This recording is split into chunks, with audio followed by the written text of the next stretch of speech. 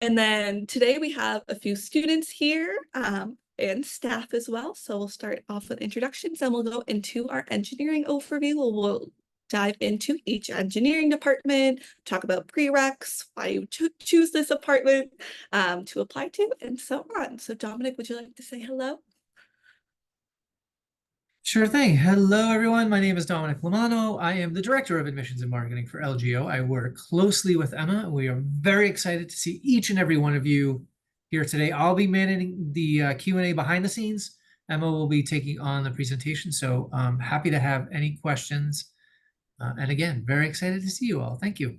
Yeah, feel free to ask questions throughout in the Q&A box as well. Darby, would you like to say hello? Sure. Hi, everyone. My name is Darby Herring. I work in a research and analytics coordination role, helping support you throughout your internship process and thesis writing, and coordinating with the engineering departments to gain faculty support for those activities as well. Looking forward to hearing from you. And then we have our current students. Maureen, will you kick it off?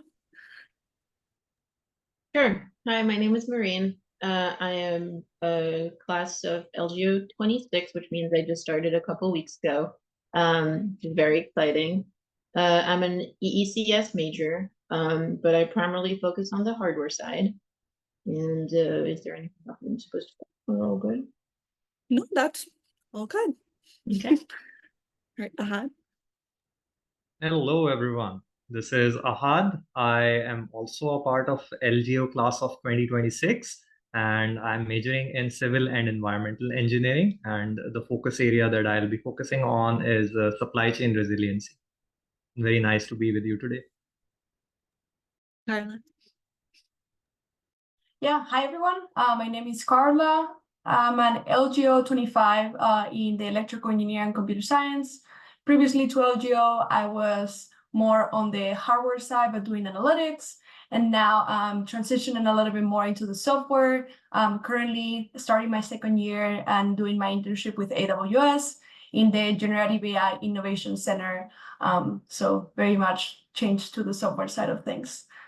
Very happy to talk to all of you. And Chris. Hey everyone, I'm Chris, also an LGO 25, like Carla, doing mechanical engineering. I have a background in naval architecture, marine engineering, worked for a shipping company before LGO, and I'm currently on my internship at Nissan. I was a Feb start, so can also talk about Feb start timelines if that's interesting for anyone. And I'm working in the finished vehicle logistics team here in Nashville. Perfect. Thank you, guys. All right, so we're going to kick it right off. 1 second. So LGO program. So the LGO program is a 2-year dual degree program. So you're a full student of the MIT Sloan MBA program and the MIT Engineering Department you're doing your master's in, and of course the LGO program. So we have our own LGO staff for student services, careers network, financing and action learning, and of course our academic internship and research team, which Darby's on. And then we also, you can see the snapshot, so it is a little bit different than your typical like either MS or MBA because you are integrated into all 3 of them. Let me go on to the next slide here.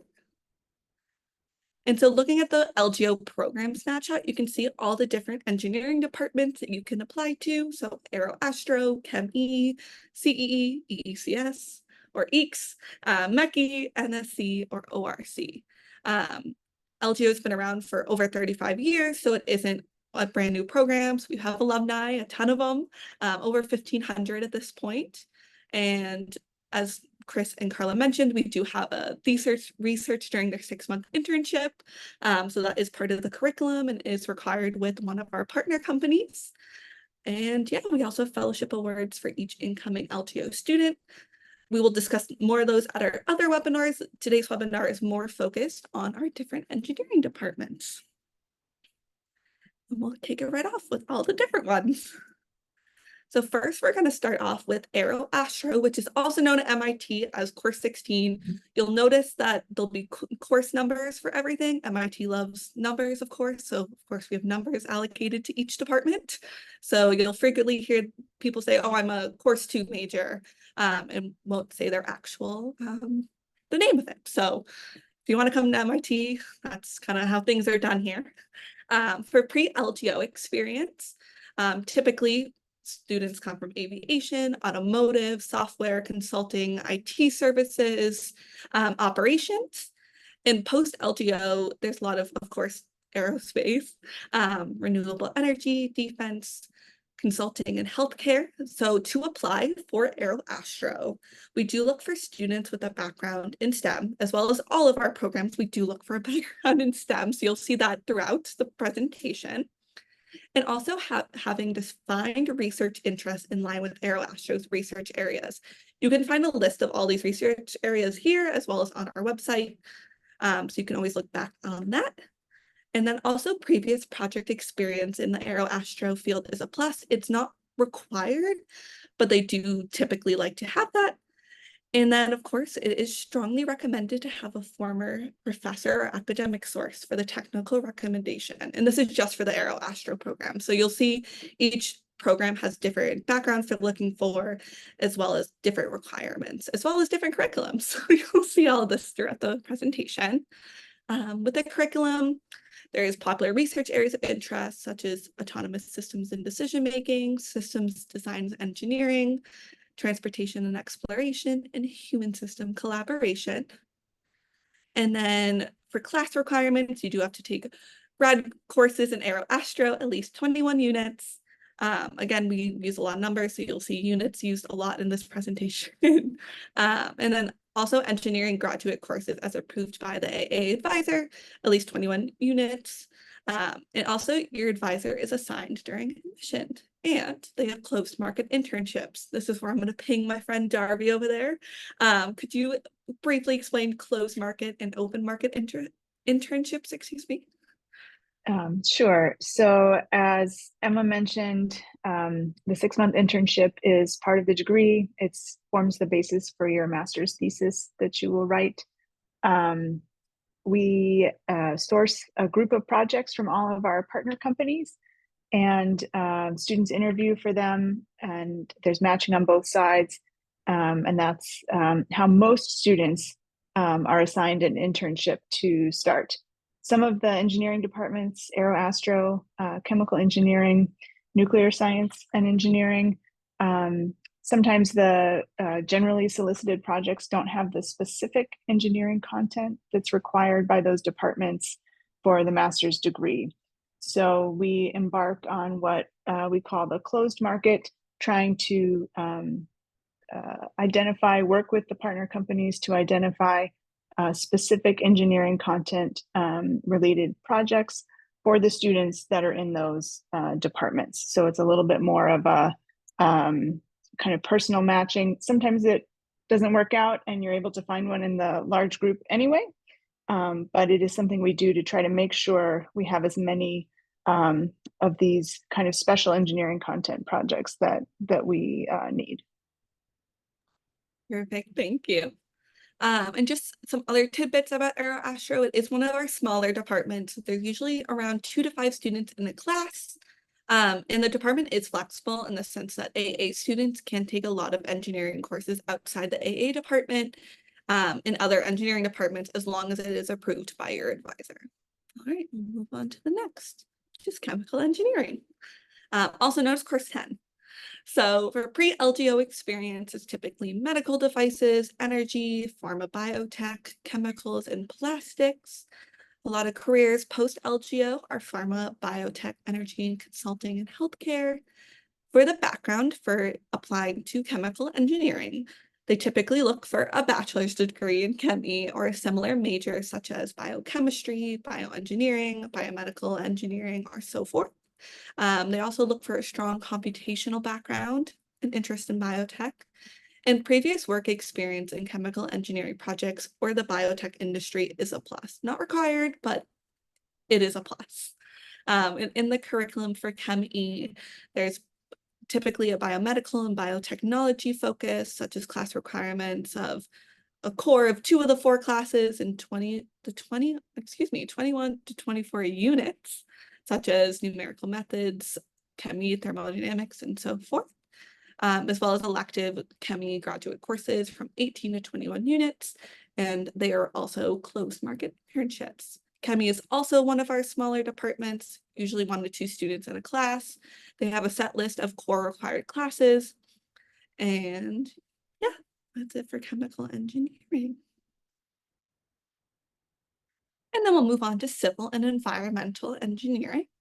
So for also course 1, sorry, I forgot to mention that. For pre-LGO experience, it's oil and gas, automotive, consulting, energy, environmental impact. Careers post-LGO are typically supply chain, e-commerce, data analytics, system optimization. And for the background, typically have a prior degree in STEM, of course, or significant STEM coursework. So if you don't have that STEM degree, but you happen to take a lot of STEM classes in undergrad, possibly could be applicable. Also stated interest in line with the CEE research areas. For the curriculum, popular research areas of interest are resilient systems and mobility, sustainable materials and infrastructure, and food and water security. And for class requirements, a core for their graduate courses in CE, not cross-listed with course 15, totaling around 36 units. And for elective, any graduate engineering courses, at least 6 units. And then advisor is assigned during admission, and they have open market internships. All right. It is a growing department as well, approaching the size of MECI. And if you're interested in the supply chain realm of things, this is where you want to be. We also see a lot of students with interest in sustainability, transportation, and resource management. Right. Perfect. So we have electrical engineering and computer science, which is also course 6. For pre-LGO experience, typically technology, finance, software, consulting, electronics, energy, and careers post-LGO are typically product management, energy, data analytics, e-commerce, and healthcare. For background, for applying to EECS, we look for a prior degree in STEM and a significant knowledge of electrical engineering and computer science or advanced math and/or physics. So for applying to EECS, we typically look for students who have that background, so you're not coming to EECS with no background in coding or electrical engineering. Also defined research interests in line with EECS's research areas and previous work experience in an industrial setting. So the curriculum includes popular research areas such as integrated circuits and systems, AI and machine learning, biological and medical devices and systems, and systems theory, control, and autonomy. And for the class requirements, you take 2 LGO first summer core classes, enroll in 3 graduate level courses within the EECS department, which is approximately 36 units, and then complete 6 additional courses or more of graduate level engineering courses, and they also have open market interests. Anything else? And then it is also a mid-sized department, so not huge, but approximately 8 to 12 students in a class. And then mechanical engineering. So also known as course 2. So pre-LGO experience is typically oil and gas, defense, consulting, consumer goods. Careers post-LGO or operations, energy, manufacturing, product management, and biomedical. Background is prior degree in a STEM field or 3 or more of the prereq MECI classes such as solid mechanics, statics, thermodynamics, fluid mechanics or dynamics, and computation engineering mathematics.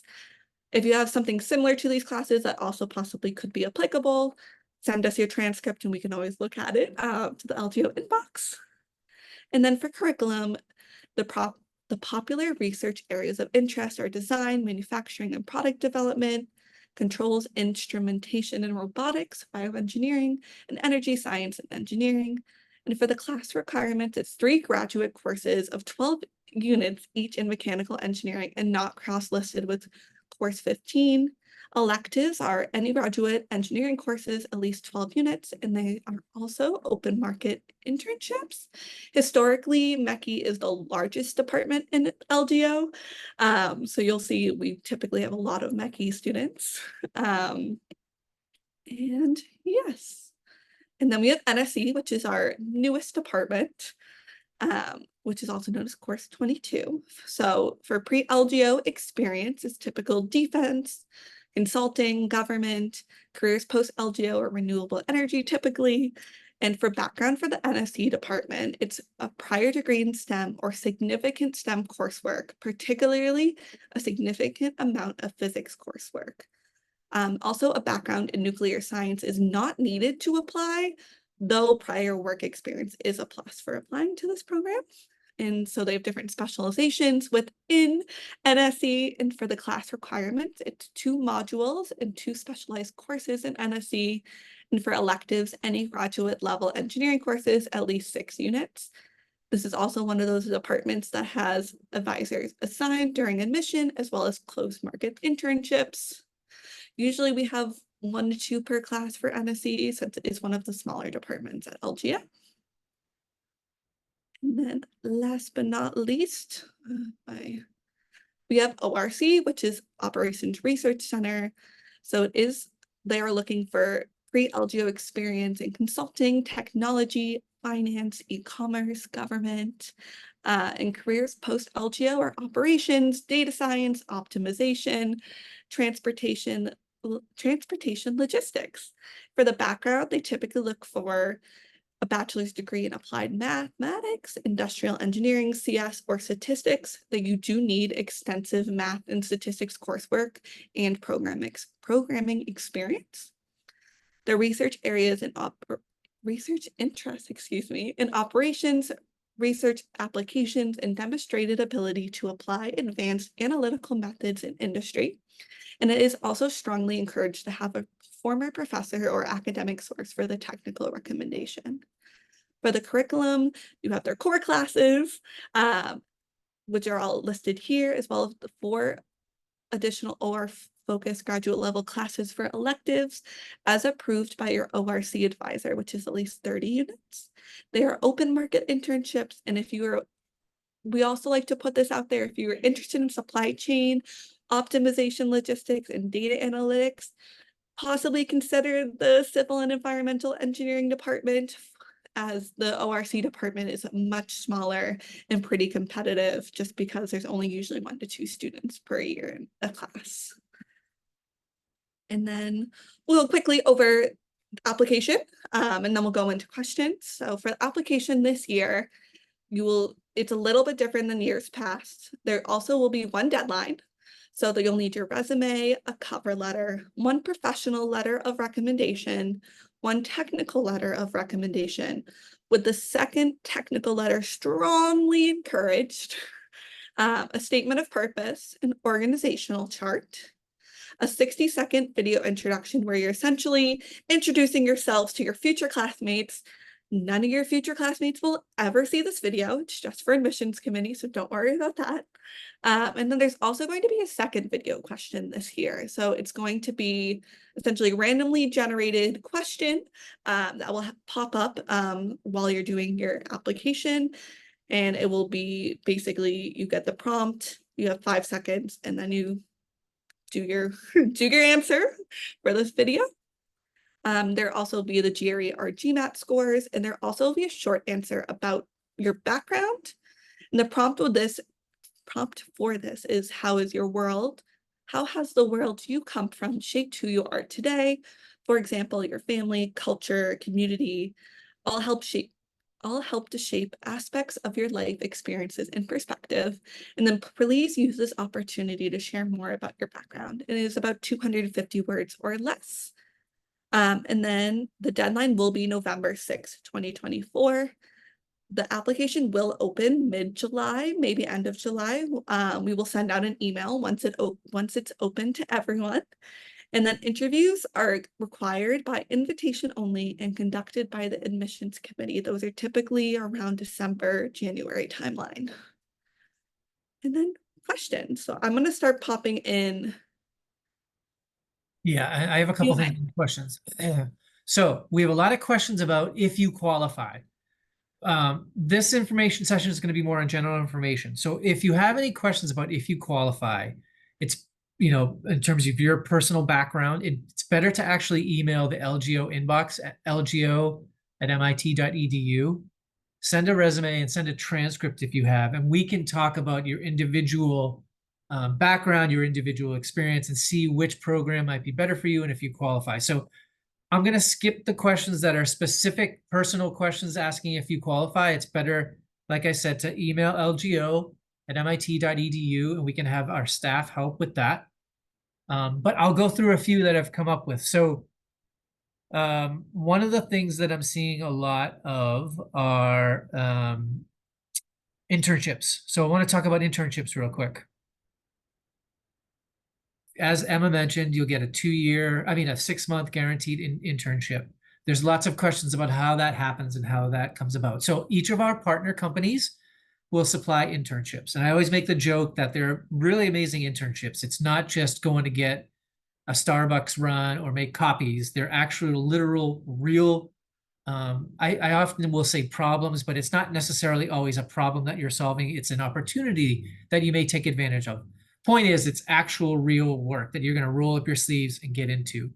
Our AIR team, which Darby's a part of, every year we talk with our partners. We talk about relevant experience. We talk about relevant work. We talk about what's happening in the industry, and we create internships that are relevant and really useful. So the process, we recommend that you interview and one other thing, sorry, each partner company will supply more than one internship. So we have some partners that supply up to 4 internships, some that will do just one, but there's a number of internships that our partners will supply each year.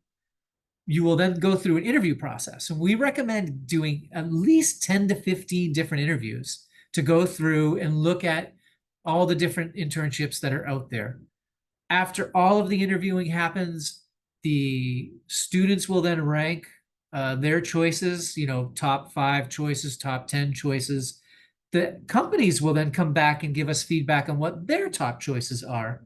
We have, again, a lot of work in the background that Darby and the AIR team do in terms of matching. There's algorithms that are written, and then we will come up with a list of who's going to go to what internship, much like the medical school internship process.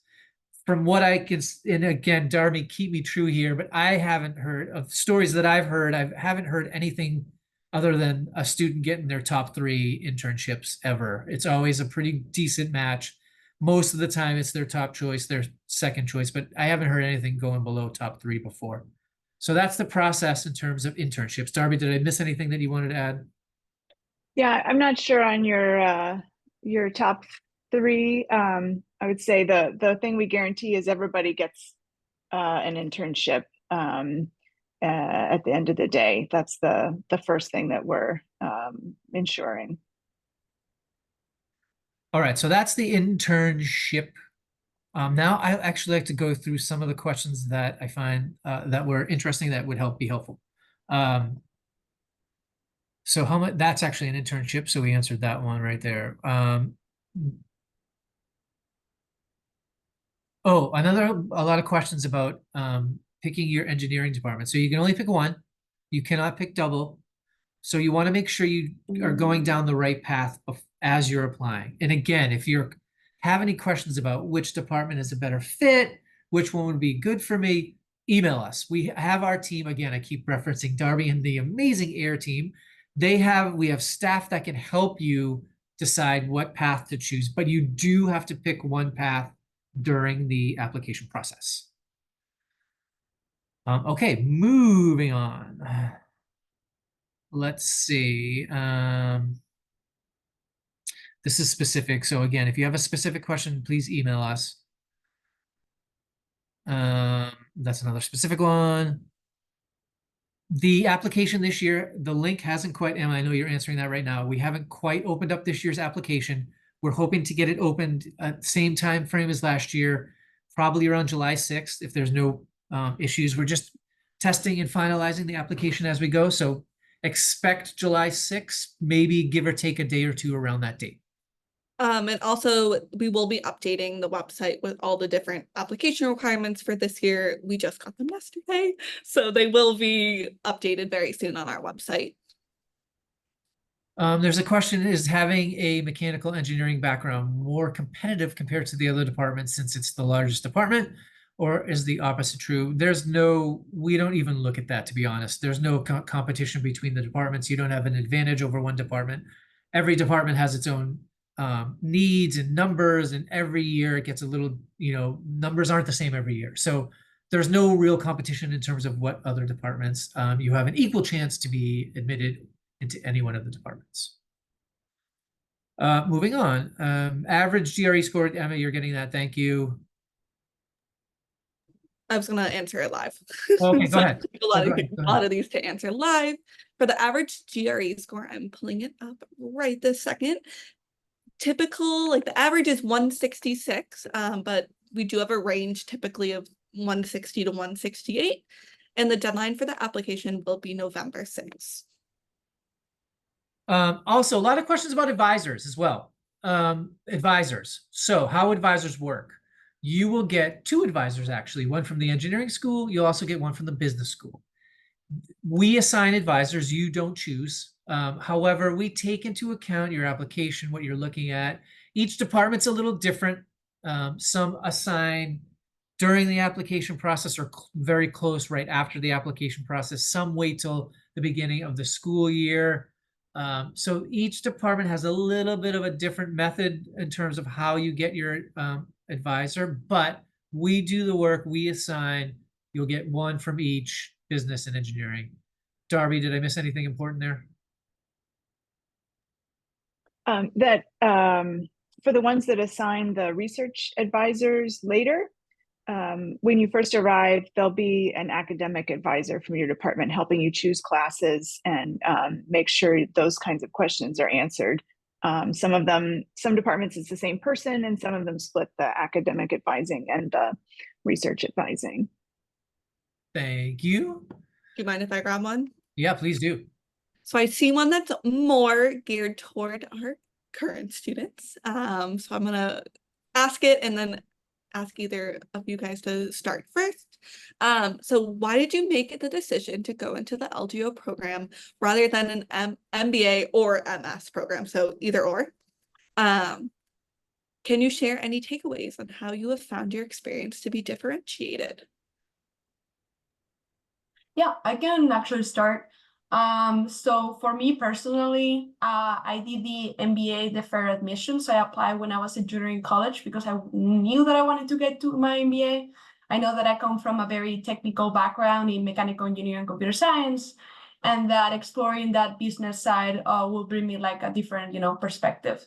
However, I feel like in the back of my mind, getting a master's in computer science has always been also a priority, something that I consider because, as I said, I came from doing analytics on hardware and data science to more of a computer science, generative AI, artificial intelligence type of route. And I knew that a computer science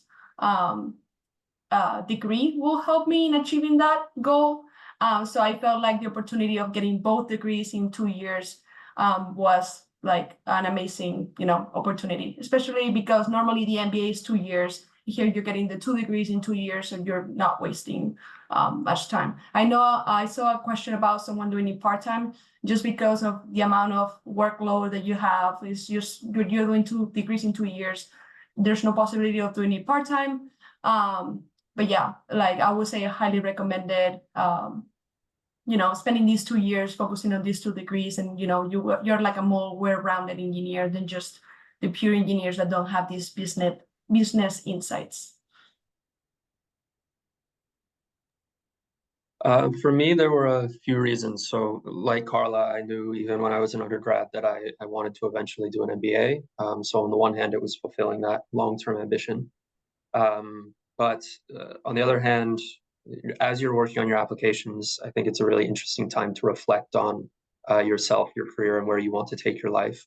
And as I did that, I realized that one thing that I felt had made me very successful in my previous roles was having a foundational understanding of the technology at the core of our business. I worked in a shipping company and I was a naval architect. I understood the ships very well.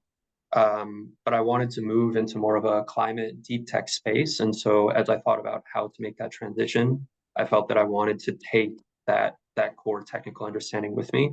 And doing the MS in engineering allowed me to shift my technical knowledge from kind of very shipping specific to a more broad case.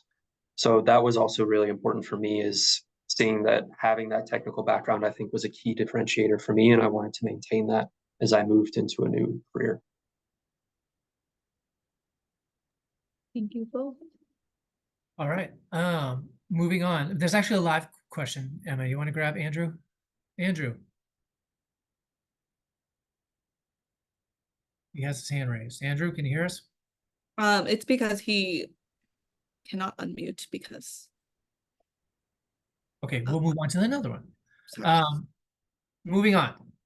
Let's see. Here's a question. Do you have experience with tech workers, i.e. student who don't want to give up their RSU grants? That's from an anonymous attendee. I'm not quite sure what you mean on that one. Could you give us a little more detail on that one? And while you're doing that, I'm going to move on. That one we answered.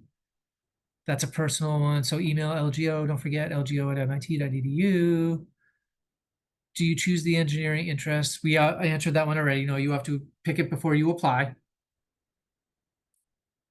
Let's see. Same research area. How do students typically feel about their relationships with their advisors? 25s. Do you want to grab this one? Does it mean your internship advisor, like the ones that you choose for your internship, or specifically more for the MIT LGO, like the community that are helping you out? I think more specifically for the LGO specific internship ones. How do you feel those relationships with your advisors? Yeah. So actually you get to choose who you want to be your advisor for the internship. You have to have two advisors, one from the engineering side and one from the MBA side. And you have full flexibility on choosing, who do you want to be your advisor. So if you've taken classes with certain professors and you think that they will be a good fit and you have a good relationship with them, you're more than welcome to ask them. If you don't find any advisors, they have kind of a list of people that have helped LGOs before and that are more willing to take on more LGOs. So they will find you an advisor for you. In my perspective, like for the MBA side, I just choose one of the kind of the ones that have done LGOs before. Well, same with the engineering advisor. And I feel like I have a really good relationship. I mean, it's only been like a month that I've been on my internship, but they've been really helpful in like helping me guide my internship and, provide feedback on, for example, like even though I'm developing a solution, they make me think more outside of the box and think, okay, how is this actually bringing business value to the company? How are you helping out? Is this, how can you quantify the impact? So they bring like an outside perspective, and so far so good. Like it's only been, as I said, 3 weeks, 4 weeks, but I feel like they've been really helpful. I have a great relationship with them, and they are being great in like guiding the direction with the internship without overstepping as well. Excellent. Next question I have here. Why do you need an organizational chart? Well, we have the organizational chart because we want to see where you are in your company, where your room for growth is. Have you made growth? Did you work your way up? We just want to get a sense of where you are and where you kind of place yourself into the company. Also, it helps when we have recommendations. We ask that you highlight your recommenders if they're on the org chart too, so we know where your recommendations are coming from, who they are, and what kind of relationship they have with you. Moving on, Emma, there was one about admissions rolling. I can just grab that real quick. We have one round. Again, we're just finalizing the dates right now, but the app will most likely open July 6th, give or take a date. Then we're going to have the deadline is going to be basically the same. Again, Emma, correct me if I'm wrong. It's November 8th is going to be the deadline that we just talked about yesterday. November 6th. November 6th, we just talked about. So again, it could a day or two have some change on that, but expect the app to open in early July and the deadline to be in early November. Okay, moving on. How big is the chemical engineering department? Well, we usually admit there's usually about 2 spots, 3 spots a cycle, but do you mean how big in general or how big in terms of admissions? Charmaine, if you could maybe clarify that, that would help. But we usually have 2 or 3 per admission cycle. Emma, you wanted to answer the second video question. Yes. So with the new video question, essentially, when you're filling out your application at a certain point, another tab is going to pop up. And basically it will say, do not start this until you are ready. So you're not gonna it's not gonna just pop up on your screen while you're doing your application in the middle of the night and you're like, I have pajamas, I can't do this right now. You can wait to do it, but you will not see the question until you click I'm ready. So basically, you'll click I'm ready, you'll get the question, you will get 5 seconds, and then the camera will turn on and you get that one shot to answer that question. It is a new edition this year. It is a little bit different, but you don't have to do it until you are ready. So it will pop up, you won't see the question yet, and once you're ready, you will click on it, you'll see the question, and then you'll have 5 seconds and you're good to go. Moving on. We have a lot of questions we get to, and I know we have 7 minutes left, so I want to try to get to everything. This is actually a question for the students. Oh, actually, before we get to that one, Regina asked if you're applying to LGO and you don't get accepted by the engineering school, so just something to clarify, and this actually leads in a little bit to the next question. LGO is the program that you're applying to. That is a dual degree. It's an MBA and an MS in engineering. So you're applying to LGO. So when you say you don't get accepted by the engineering school, this doesn't exactly work that way. The application that you use to apply will be reviewed by 3 departments: the LGO team, the engineering team, and the MBA team. You will then be accepted, yes or no, into LGO. An option for that is when the MBA team reviews your apps, they will also look. You could possibly get into the MBA only program. They do earmark applications that they review that say, if you don't get into LGO, we could take a look for MBA. So that is a possibility, yes, Regina. Next question. This is for the students, Chris and Carla. Why did you choose to go to LGO rather than just a straight MBA or a straight MS in engineering program? We already did that one. Oh, sorry, I was not paying attention. I have another one for them if I can pipe up and do that. Of course, I just lost it. Which is can we hear a bit more about Carla and Chris's journey leading up to their acceptance into the LGO program? Your undergrad, internships, work experience, extracurriculars, etc.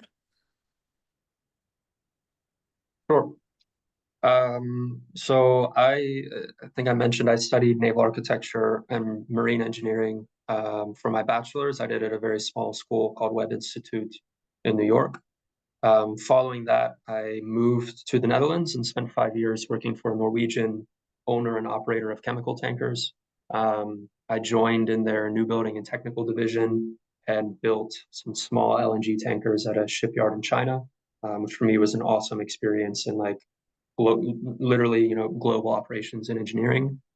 After doing that for about 1.5 years, I realized I didn't want to be an engineer. I kind of figured that out in undergrad, but I really realized that.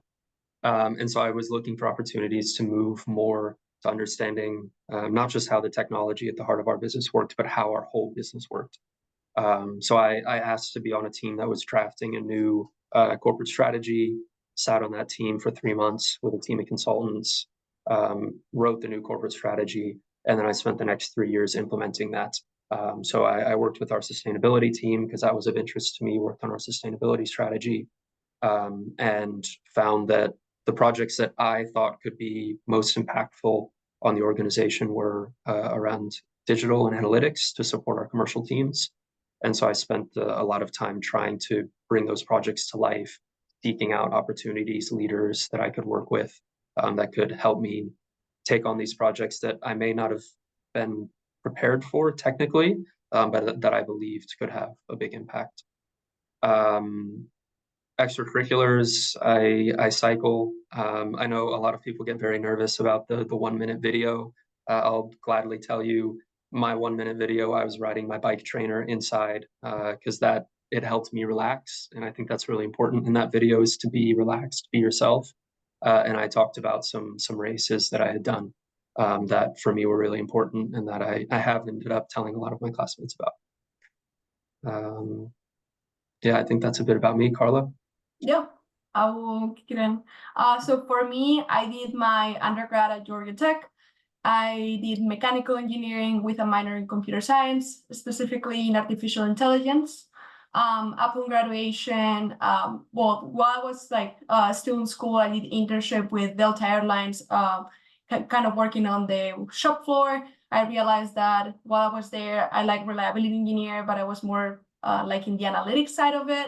So I did an internship with Facebook, Meta now, as a hardware quality engineer focused in analytics. So basically, I've been working with the data centers with the servers, like the different components like CPUs, motherboards, power supplies, batteries, and seeing, getting information from the sensors and seeing how they are degrading over time, and if we can reuse them for a second lifetime, because they were only throwing the components away for every 3 years, and we were seeing that some of those components can actually survive for longer. So doing analytics on, that time series data of the components and seeing if we can reuse some of those components for longer. So yeah, I did my internship there, joined full-time, very similar experience. And then, as I said, I applied. I knew that very early on I wanted to do an MBA and applied to the MBA, the fair admissions. And then I realized the year before I was gonna join the MBA community that I could benefit from this double degree, because you're getting, at the end of the day, 2 degrees in the same amount of time. So this is how I end up at MIT LGO. And then in terms of the video, I would say, again, it's super chill, like, don't worry about it. I know people did it, for example, outside of an ice cream shop with an ice cream and saying, this is my favorite ice cream place. For me specifically, I talked about, the things that I enjoyed doing as a kid. Like outside of school, I was playing piano and doing gymnastics, and how that shaped me as a person. So again, this is the part of your application where it's not on your resume and you want to show your true personality. So yeah, any questions, feel free to email me, and happy to talk about more about the video or any other parts of the application. On that note, Carla and Chris, could you mind putting your emails in the chat for people? Thank you. We do have 1 minute left. We do have 1 minute left. So if we didn't get to your question, by the way, love all these questions. It's amazing. Clearly, I can't even keep up with all of them because I'm asking ones that have already been answered. But if we didn't get to your question, please email us, lgo@mit.edu. Also, Chris and Carla, and I think Mary Ann did she put her email in? Thought she might have put her email in too. One last one though, real quick. There was a question about acceptance rates and everything. So it obviously changes every year, but we usually have around 300-ish apps every cycle, and we like to enroll about a class of 45 to 50 every year. So, and that usually holds true about where our numbers every year. So anyways, oh, Emma, I'm sorry, I'm taking over. You. You're good. Thank you everyone for coming. Especially thank you to Darby, Carla, and Chris, and Maureen and Ahad, who had to leave, for helping us with this. We're really appreciative of it. And if anyone has any questions, as Dominic said, shoot us an email. We'll be more than happy to help. I hope everyone has a great rest of your Wednesday and rest of the week. Thanks, everybody. Thank you, everyone. Bye-bye.